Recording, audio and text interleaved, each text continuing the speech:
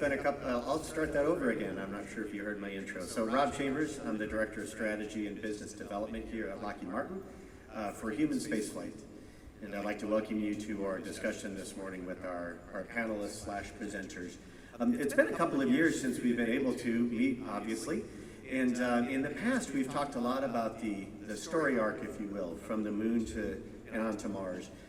From a transportation perspective, and we've talked about Mars Base Camp and the role of Gateway, and of course, all of it starting with the Orion spacecraft, whose launch coming up in just a few months now will revolutionize how we see ourselves as humans and usher in that next giant leap as we move forward out into the solar system. What we're going to talk about today is infrastructure. And you know, the saying goes something to the effect of everything I needed to know in life I learned in kindergarten. We have a slightly different philosophy, which is that everything I needed to know about exploration I learned when I graduated from college and got my first house.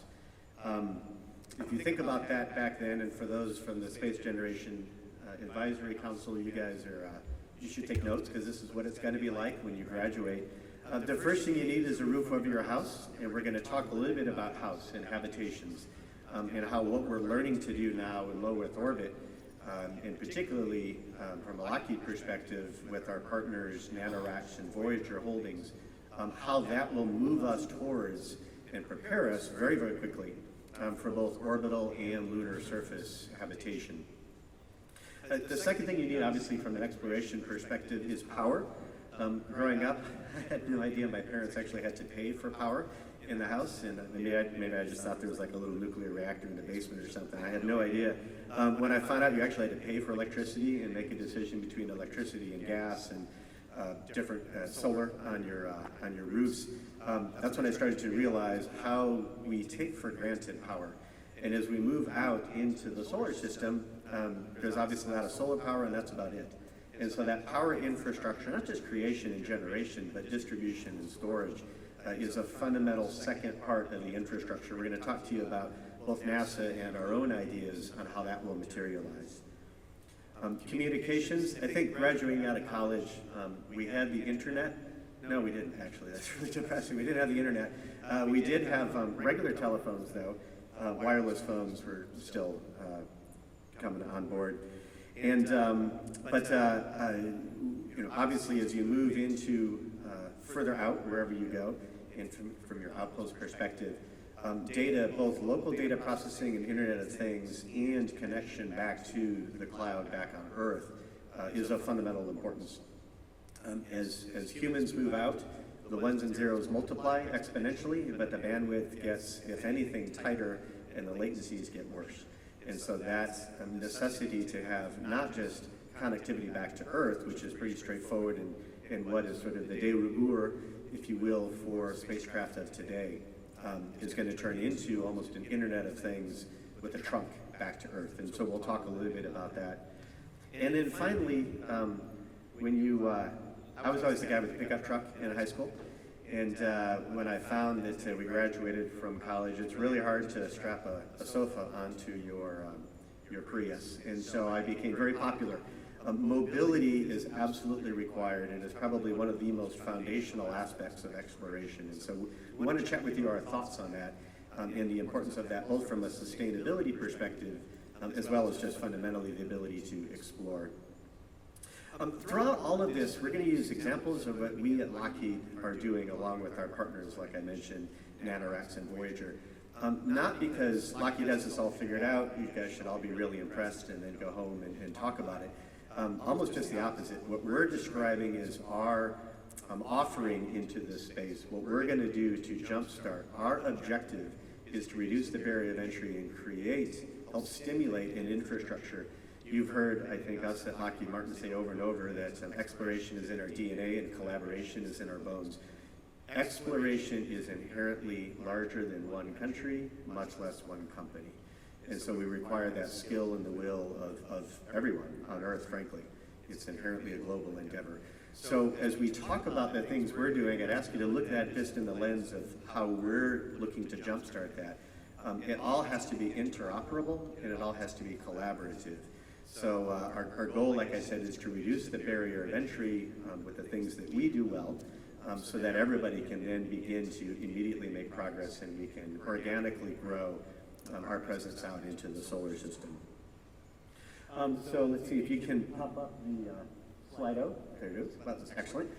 So we will take questions, and we may even provide answers to those questions, but we'll definitely take the questions. We'd like to reserve 10 or 15 minutes at the end, at least, to answer your questions. So we love it to be more of a dialogue and less of a lecture. And at this point, I'd like to introduce three friends and colleagues and some of the best systems engineers in the business. Mr. Tim Sheehan is our space exploration architect responsible for figuring out how all these things play together. It's very easy as a BD guy to talk about moving out of college dorms. It's another thing to actually figure out how this stuff will really work. So Tim, thank you for joining us. Ms. Kat Coder is our deputy manager for deep space exploration. At Lockheed, the robotics and human spaceflight folks are joined at the hip. We talk about leading the crew in terms of robotics. And so Kat works as a systems architect in all of our deep space probe activities. We're not quite sending humans to Enceladus yet, but that will happen soon, and she's paving the way as we speak with some of the robotic missions. And finally, Lisa May, who is our chief technologist. Again, from a BD perspective, it's easy to talk about some of these things that we're doing today and that we're about to do tomorrow. It's another to turn those technologies into reality. And so Lisa and her team are phenomenal at figuring out and dashing my hopes sometimes. Turns out some things are harder than I had thought. But then they turn right around and figure out how to do it. So hats off and many, many thanks to Lisa and her team. With that, I'm going to hand it off to Mr. Tim Sheehan to get us started with the video that we will sort of think through and get us into the framework. So cue up the video, please.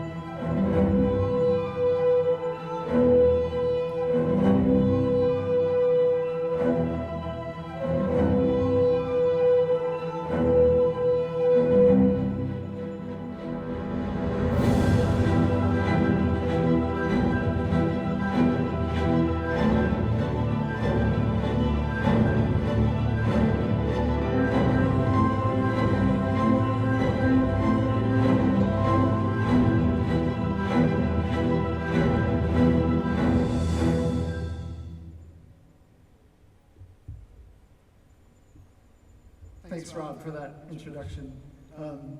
Now is an amazing time of transition, like leaving college for your first house. And Rob, I did have internet when I left college.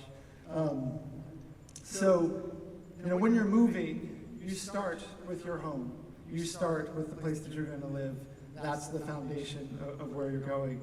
And right now, we are moving towards independence from Earth. We are also moving away from the immense success of the space agency-led International Space Station to a diverse set of low Earth orbit commercial stations. And this transition is important to start a LEO economy, to unleash the commercial and academic sector, to unleash all of the space agencies of the world to be able to operate in LEO, to perform science, to do manufacturing, to build new businesses and products. and to do groundbreaking research. And last week, our example, our customer Nanorax announced Starlab, a commercial LEO platform.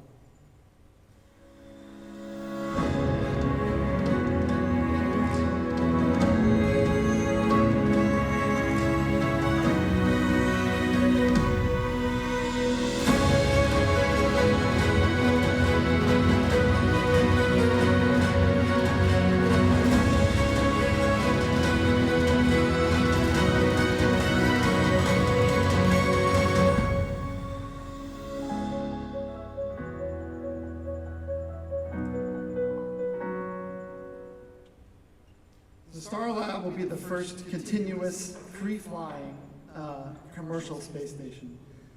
It is focused on research and commercial activity and modeled on the successful science parks that we have here on Earth today, a very successful business model. At the core of Starlab is the George Washington Carver Science Park, named after the great agricultural scientist. The science park, the GWC, will have a biology lab, it will have plant habitation capability, it will have physical science, materials research, it will have open bench space, because we know that as we move forward into commercial LEO activity, we can't predict where things are going to go. We need to build in the flexibility from the start.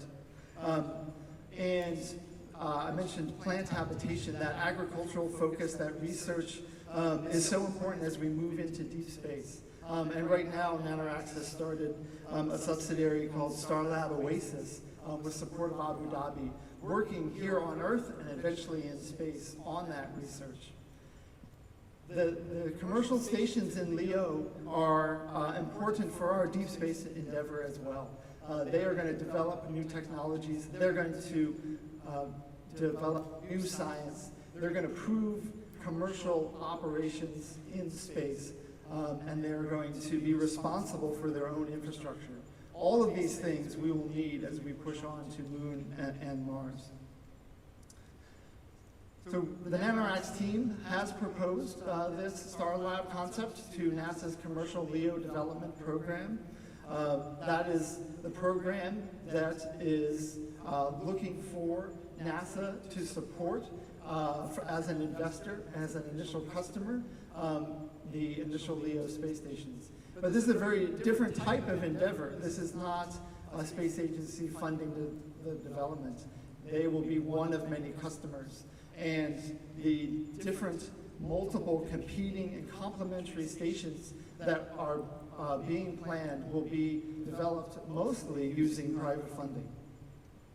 For Starlab, Nanorax is the owner and operator of the platform, and Lockheed Martin will be the technical integrator, and we will be developing technologies such as the inflatable habitat.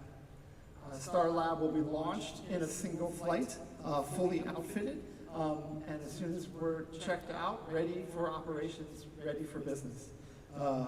There are 3 modules to the Starlab. The inflatable habitat, which has 340 meters cubed of volume. There's a metallic docking node, and then there's a 60 kilowatt power and propulsion element. And Starlab is meant both for internal and external payloads, and with flexibility built in based upon Nanorax's long experience operating the ISS on how to operate payloads and experiments and businesses, and also how to design in that flexibility, design in modularity to evolve both the inside and the outside of the vehicle as we move forward. There's certainly a pent-up demand today for LEO services. Because of the nature of the ISS, there's certain limitations. By opening up to a commercial LEO activity with multiple platforms, all kinds of customers across the world and all types of organizations can be served, whether that's companies developing new products or scientists working on their research or space agencies developing their technology and capabilities to go into deep space flying their astronauts.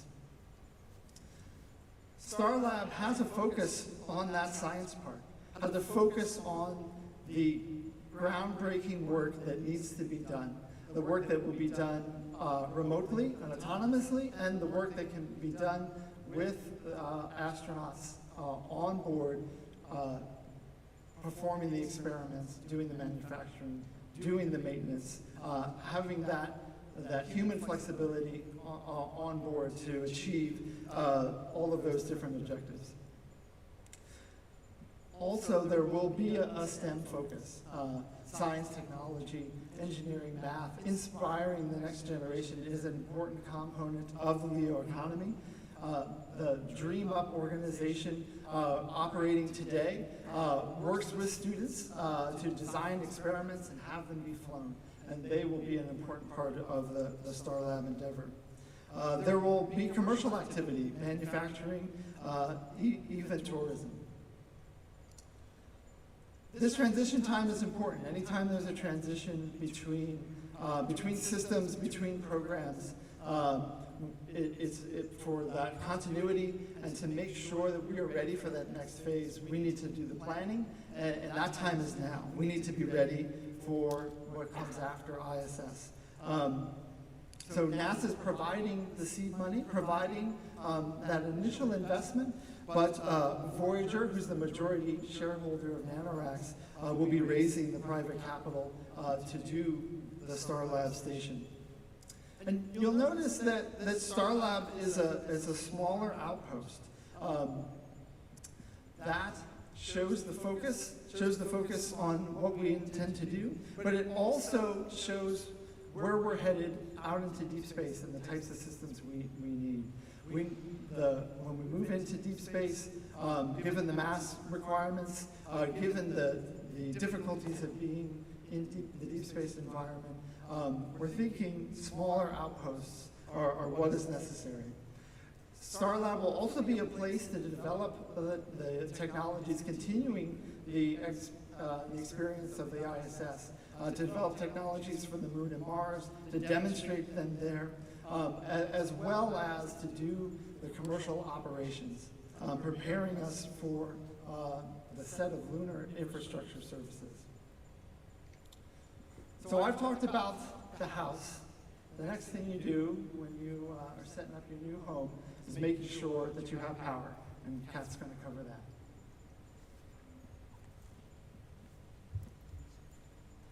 So the next piece that I'm going to talk about here is the infrastructure portion that is literally powering our next giant leap, and that is surface power. Recently, NASA just had a call for surface power on the moon, focusing initially on that solar array technology, really looking for that early mobile need that could support a variety of users on the moon and deploy quickly and be a reliable source for many surface elements. Our Lockheed Martin concept for this is our VSAT, or the Lunar Vertical Solar Array technology. This is basically a technology where we're building on currently existing solar arrays, but providing some innovative modifications to them, including some of the deployment and retraction mechanisms, and a composite mast with leveling lights, as well as a gimbal. The whole point of this surface technology here for power is really to reduce that barrier of entry, allowing the international community and other users to focus on developing their technologies instead of being concerned about surface power needs. For solar array technology on the moon, however, there are some practical limitations. We want to be able to survive the lunar night, as well as operate continuously throughout the lunar night. This requires a higher and more continuous power need on the moon. And this is where some things such as our fission surface power here comes into play. And this can add into what we essentially create as a scalable power distribution architecture. From an FSP, or fission surface power perspective, both power and propulsion are benefiting from advancements in using low-enriched fuels. Much different than reactors in the past, this helps provide a safe and sustainable use of FSP in space, providing that steady and continuous power to help support survive the lunar night capabilities, as well as continuous power source that's needed for in situ resource utilization to provide consumables and propellant. This scalable and sustainable architecture helps from both a early Artemis implementation, where really that focus is on mobility and exploration. You can start with those initial VSAT systems, which are mobile and can be deployed to wherever the users need them. You can then grow that and adapt that architecture to start adding in fission surface power elements and really be able to support that more sustained presence and also future Mars mission support. Because for those future Mars missions, we really, due to the dust and the distance from Earth, from the sun, we really need that fission surface power. We do need this integrated network of diverse power systems. Diversity and adaptability are key. We need to be able to grow and adapt, handle different loads and users, as well as any international and commercial arrivals on the lunar surface. We essentially see this as an energy co-op, essentially. Multiple providers and users, both generating the power as well as consuming the power. These surface power technologies will also reduce the barrier of entry, enabling a greater international participation in our lunar missions.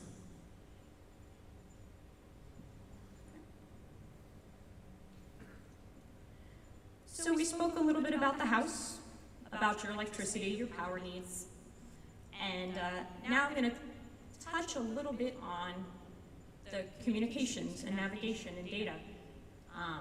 With more power infrastructure and also with more systems online, we do need a resilient, high bandwidth communications and navigation network on the moon. We need interconnected communications and navigation web, supporting the South Pole and Farside operations. LN plans to help jumpstart this network in 2023 with Parsec. This is the Lockheed Martin High Bandwidth Communications and Navigation Service, providing both secured communications in both the vicinity of the moon and the Earth-to-Moon communications.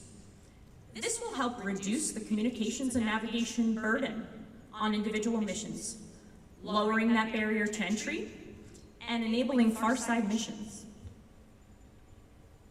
The Lockheed Martin contribution to this is that first network node in 2023 of this lunar-based network. We plan to start small and be able to then build up a lunar network. We do envision multiple players in this system, an incremental buildup of capabilities to really end up with that robust lunar network that is necessary for all of the needs of the users. By deploying a system such as this, you're actually enabling more science and allowing for a focus on mission architecture for those end users, allowing each mission to focus on their objectives instead of requiring a communications and navigation system for each. Parsec also provides precision navigation and timing to ensure that each network user knows their location. Our navigation signals allow for critical functions such as pointing antennas and routing to and from waypoints, as well as provides that universal timing standard on the surface. This integrated communications network service is what we need to provide a sustained lunar presence and allow for greater international participation in lunar science and exploration. So we've talked a bit about the house, electricity, communications, and nav. But mobility is also a foundational piece of the lunar infrastructure, which we will discuss next. So we've got our house, we're moving away from college, going to our first independent home, and then moving on to a bigger space, leaving the low Earth orbit and going to a bigger space at the surface of the moon. We've got our home, we've got power, we've got communications. Well, what you really need once you're there is you need mobility. You need transportation, you need the family car, and also maybe your friend's pickup truck to help you move. So what we are envisioning for the lunar surface is a mobility system that ranges from small robotic rovers like UAE's Rashid rover and NASA's Viper rover that serve as bespoke scientific investigations in specific sites on the lunar surface. But also, before we put down roots, we need to explore. We need to find the roots for science and exploration along the lunar surface.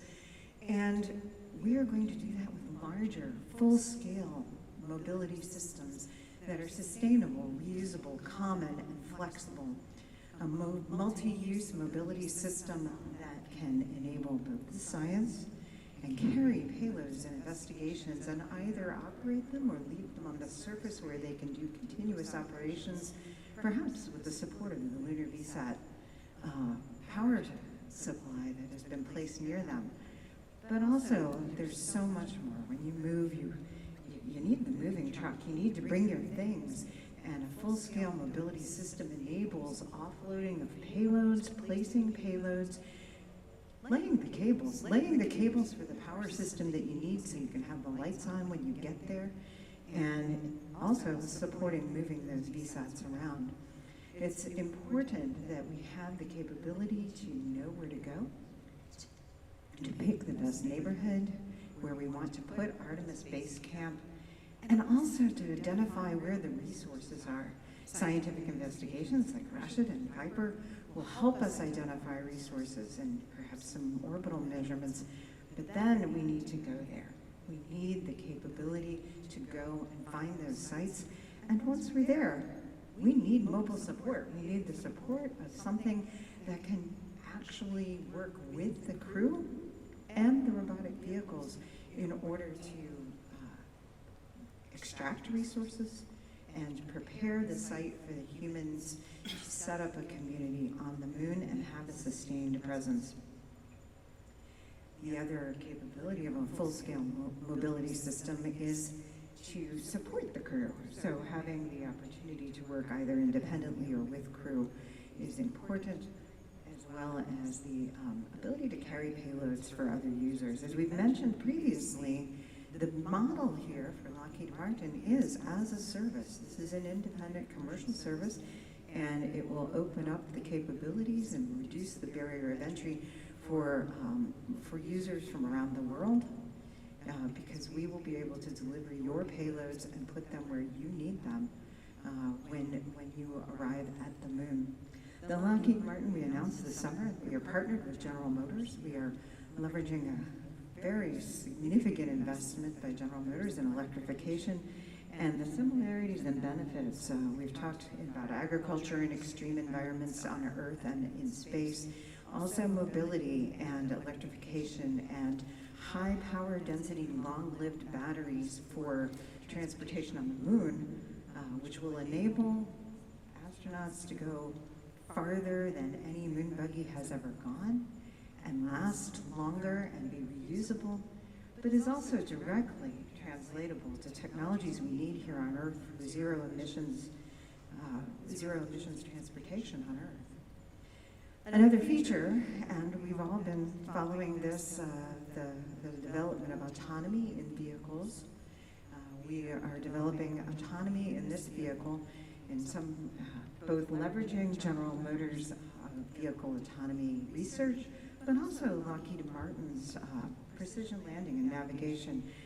Our deep space team recently went to the asteroid Bennu, and we have a very, it's called PLANS, Precision Landing and Navigation, that enabled us to navigate a rubble pile asteroid and then softly touch and go and take a sample. And that technology will supplement autonomous driving.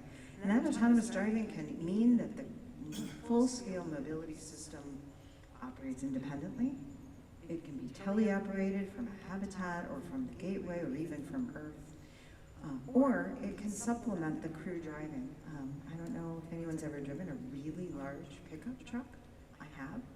I'm not very tall, and it would be great, and it will be even better if you're in a spacesuit and you're on the surface of the moon and you're trying to navigate hazardous terrain to have that autonomy to supplement the skill and the operations of the crew. So we're looking at using large, full-scale, autonomous, long-lived systems that can not just survive the lunar night, but operate in the lunar night. And maybe even more importantly, as we reduce the barrier to entry for other participants in lunar exploration, it will enable the payloads to survive the lunar night and also potentially operate during the lunar night, which is a capability that would be potentially prevent some experiments from being able to be conducted on the surface of the moon. So we are looking at a large-scale, full-scale mobility system that is reusable, it's multi-use, it has a common chassis, it enables cargo, it enables heavy operations like construction of landing pads and excavation of resources, and it supports the crew. It supports the crew by taking them farther through more hazardous terrain. It supports the crew through autonomy and potentially working in tandem with crew members who are somewhere else. And it's sustainable. It's a sustainable system that is reused over years on the surface of the moon and not operated once and left and then replaced. It is not only sustainability in the sense of having a system that has multiple uses on the surface of the moon, but it's also a way to be efficient with launches, to send something once and use it over and over again. And sustainability right now tends to mean space debris, but we are going to be looking at sustainability on other surfaces, sustainability on the moon, and ultimately when we go to Mars. And so these large reusable systems that are highly capable and serve both crew and customers are going to be absolutely key to being able to put down roots, build a community, create Earth independence, and then start looking beyond the lunar surface to humankind's next destination as we move away from home. So now everything's in place. We've got the family house, we've got power turned on, the cell phones work, and the pickup truck is ready to take us all around and to build things. And all of that infrastructure is in preparation for the next horizon goal, the next giant leap, going to Mars. The challenge of Mars is great, but it's a challenge that we can achieve. But it's something that not one nation and not one company is going to do. It's something that's going to take the whole international community, the commercial sector, the space agencies, everyone working together to be able to make this journey to Mars. And everything that we've talked about up till now, all of the operations in low Earth orbit, all of the things that we will be doing as we go to the moon to stay and operate on the surface, everything that we're doing at the gateway, everything is a dress rehearsal for Mars. Everything is on that roadmap to us to go with crew. So in 2016, Lockheed Martin talked about our concept, our example for how to go to Mars, and we called it Mars Base Camp. And in that initial mission, we designed a Mars transit vehicle concept that would do a mission into Mars orbit, spend about a year in Mars orbit with the crew there in the Mars system, doing telerobotics, operating systems on the surface and in the air of Mars, exploring, performing science. The Mars Base Camp vehicle had an excursion capability where Orion and the propulsion stage would go and visit Phobos and Deimos with crew. The way we developed that concept was to make sure that it was safe, that it had redundancy, but even more than that, that it had the capability for the crew to perform self-rescue. No one was going to come help. They needed to solve the problems that came up in a safe way and get back to science and exploration. And then after that first mission, we had a concept for a single-stage, fully reusable Mars ascent-descent vehicle that could perform sorties from orbit to the surface of Mars to visit multiple locations during a one-year stay. And we also had concepts for producing propellant right at Mars Base Camp from water delivered using large solar arrays to produce the hydrogen and oxygen chemical propulsion. But recently we've been looking at a new set of challenges, looking at a new set of technology. We've been assessing nuclear propulsion. We've been looking at short stay missions compared to long stay missions, opposition versus conjunction class. We've been looking at what's the right complement of modules to include. And so nuclear propulsion clearly provides more capability, provides more flexibility. And when we looked at the two major systems, nuclear thermal and nuclear electric, we truly favor nuclear thermal propulsion. That technology provides both high efficiency and high thrust together. That provides the capability to do the opposition class missions, provides capabilities like abort scenarios that wouldn't be possible with chemical propulsion. And it provides capabilities, even if we wanted to do a long stay mission, to have a shorter transit. But we also did safety assessments. We looked at the technology, and when it came down to it, the simplicity of nuclear thermal propulsion really translated into a safety objective. Nuclear electric has large energy conversions, needs radiators, needs high power electric thrusters, needs a supplemental chemical system to get in and out of the gravity well. And all of that complexity was really impacting the safety. And so with nuclear thermal providing high thrust as well, it's a clear choice for us. And when we looked at short stay missions, there's certainly some interesting features there. Shorter durations mean shorter risks and less logistics. But only spending a month at Mars, that's the mission, to do the science and exploration at Mars. A longer stay mission provides you 10 times the time at Mars for only a 50% longer mission. And when it comes down to that, this amazing endeavor to go explore another planet, that focus on the mission is really important. So I'm going to talk about the nuclear thermal propulsion configuration of Mars Base Camp. So lots of similarities to the original, but some new things here. So like the original, there's two Orion spacecraft. Orion is the command deck for Mars Base Camp. It's the lifeboat. It provides the sortie capability. It's at the core of Mars Base Camp. There's two nuclear thermal propulsion engine sections. And like the original Mars Base Camp, the Orion and the NTP can separate and can go and do excursions to Mars moons. When we looked at the habitation modules, you see here we're leveraging inflatable technology here. So there's the large habitat and laboratory using inflatables. And then there's also, you can't see it, but there's a metallic habitat underneath those large hydrogen tanks. Hydrogen is an excellent radiation shield, and so we wanted to, like the original Mars Base Camp, have the metallic habitat there to provide a significant radiation protection. And then there's the propellant capability. So now with NTP, we have a capability of 4 to 8 kilometers per second, and we can configure how many tanks we fly based on what kind of mission. So about 80 to 230 metric tons of propellant. And for a conjunction class mission, that's that 85 metric tons is just a little more than a quarter of the propellant we needed for hydrogen and oxygen. So Mars needs everything that we talked about today.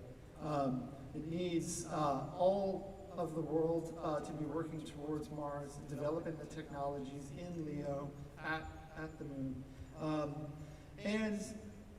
And the things that we do when we're able to achieve Mars, those technologies will move us even more forward. And NTP as a possibility for robotic exploration of the outer planets will allow us to do things we can't do today with chemical. To be able to get into orbit around, say, Neptune, or go visit the moons of those systems.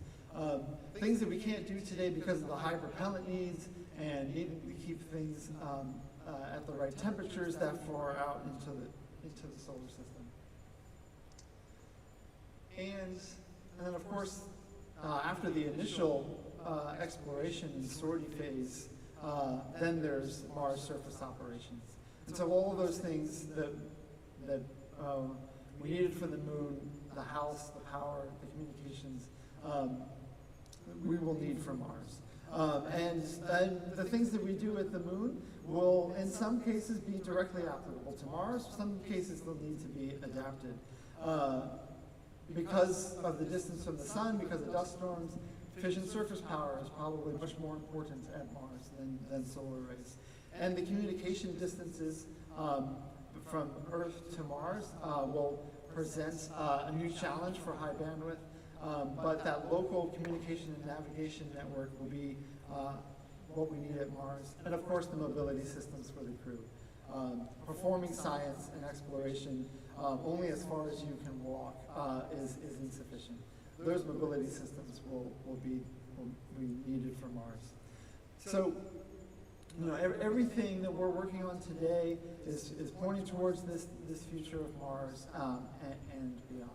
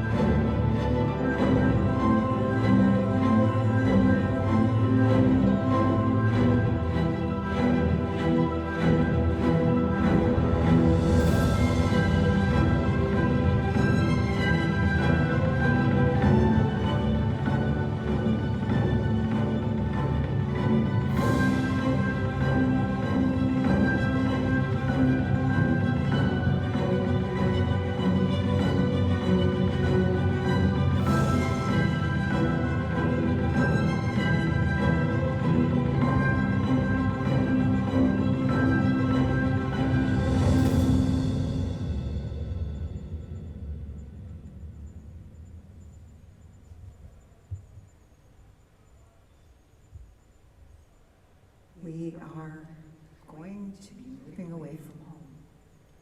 When we move away from home, we're going to go together. And we're all going to move. We're going to increase our independence from Earth. And we're going to explore new worlds. And we're going to be doing it one step at a time. And all of us will be collaborating and exploring together.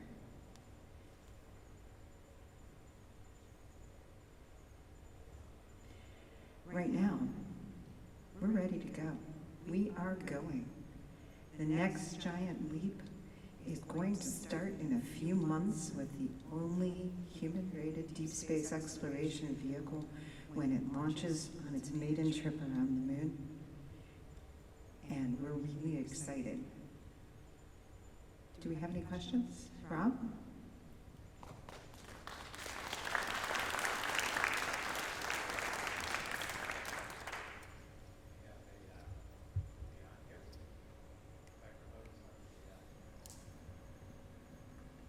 Testing 1, 2. Thank you very much. So yeah, we have a whole bunch of questions. One of them was asking you to, in real time, derive the three-body equations of motion for NRHO. I think Ryan Whitley sent that one in. We'll take that one as a homework assignment.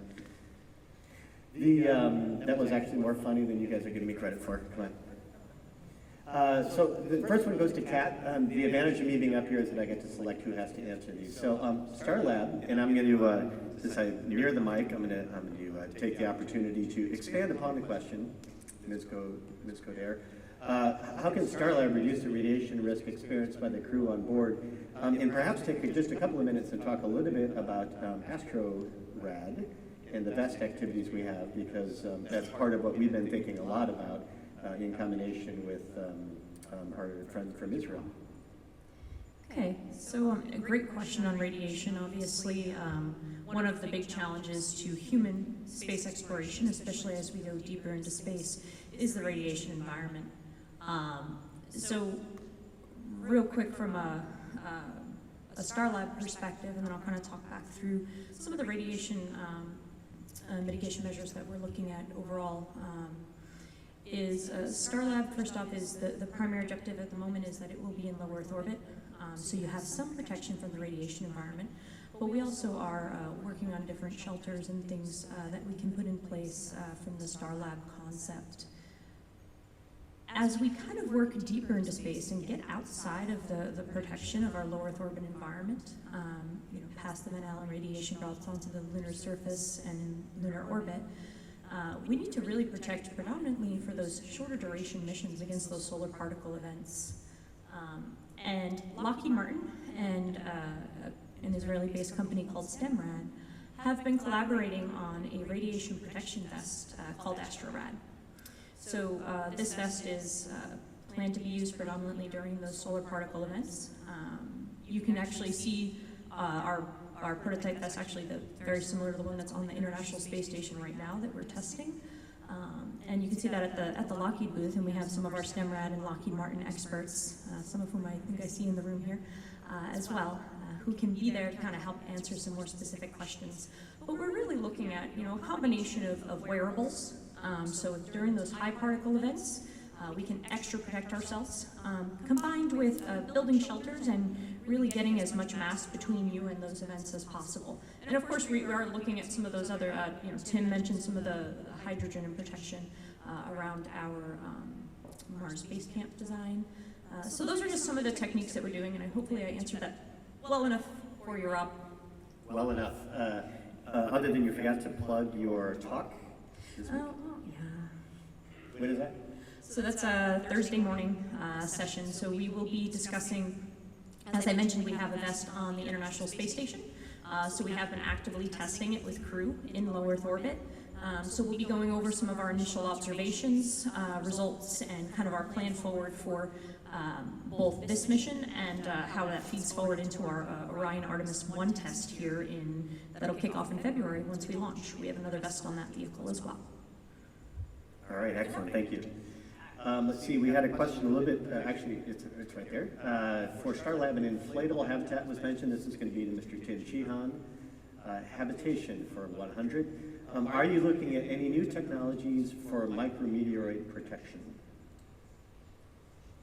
So I think the technology that we're developing for inflatables, the protection from micrometeors is built in to that set of materials and the way those materials are put together and constructed. So it's an integral part of the inflatable habitat design on how we handle the micrometeors. Great, thank you. And it's not on the screen, but it was up there a little bit earlier, to Lisa May. So radiation, nuclear, and being able to launch nuclear, we had several questions about that. Perhaps you could talk a little bit about the enabler that had occurred just, 2 years ago now with some of the launch regulations, and maybe if you could hammer home a little bit, HALEU versus high enriched, and how things have changed since the 60s. Do you want to answer the question, Rob? No, I was just teeing you all up. Nice little agenda. Go ahead with point one. I've trained him well. I think he can do it. So there are a lot of questions on that. I'm not sure I want to go into U.S. launch policy in the sense that we're here in a global audience, but we have had some steps in the U.S. to make it the approval process a little more streamlined for launching nuclear systems. Probably the biggest, and I saw some of the questions float by, probably the biggest difference between now and in the past is the development that's been done using low-enriched uranium fuels. So the high-assay low-enriched uranium fuels are really the key to enabling the high thrust and power density that we're looking for in order to be able to transit to Mars, but also to being able to have a mass-efficient solution for fission surface power. So being able to land a safe fission surface power system. Saw some other questions about nuclear thermal radiation, and for example, I talked about the mobility, the full-scale mobility system. One of the things we can do is create shielding around fission surface power systems so that the crew is not exposed to the radiation while still optimizing the mass of the landed system. So those kinds of trades and that sort of work we're looking at as we look at how we're going to sell and build capabilities on the moon. And then the last one I see, the main barriers, there are some technological barriers, but so many, including our own cryodemonstration mission, things like long-term storage of cryogenic hydrogen and management of that in space, as well as producing the hydrogen using the ISRU, and again, the mobility systems and the power systems that we've already talked about to create the resources needed to, and it's not fuel, it's to propel a nuclear thermal propulsion system. And one of the things is it's a very simple system. It's cold hydrogen, hot reactor, nozzle. So in terms of easy, we're done, right? So anyway, so it's a fairly simple system. It's not as complex as other options. And while the technologies are still under test and demonstration, I consider it engineering work to go, not miracles. All right, we've got just a few minutes left, so one more. Next question is to Kat. Could you chat a little bit about, from an architectural perspective, the question here was regarding vertical solar arrays, and I think there we were talking about LVSAT. Obviously, there's a world of difference, no pun intended, between the poles and the equatorial regions of the moon. We have to handle both. Can you talk a little bit about some of the differences between those, both from a power and anything else you want to touch on, that global access to the moon? Yeah, so I'll touch a little bit on that, and then I'll let Tim and Lisa kind of maybe fill in some of the blanks as well.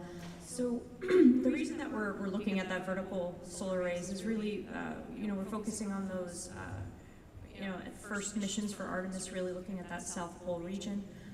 By actually getting the solar arrays vertical, you can handle those, low sun angles, and instead of kind of rolling along the surface.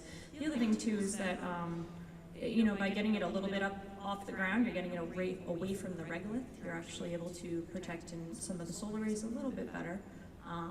And so that's, part of some of the reason for the vertical technology. The VSAT system also is designed to be mobile, so that we can actually, move it around. And so it's just a little easier in terms of the deployment mechanisms and to actually handle that from a vertical perspective. I guess I'll let Tim or Lisa, did I forget anything on there that you want to add? I think the only other thing is that, when we're exploring the equatorial region, then the sun is moving, overhead, and actually requires more complex mechanisms to track the sun than what we can do at the South Pole. Yep. Excellent. All right, we have 2 minutes left, and I'm going to play King's X here. So before he became the overall space flight and space exploration architect, Tim was the Orion architect for 137 years or so.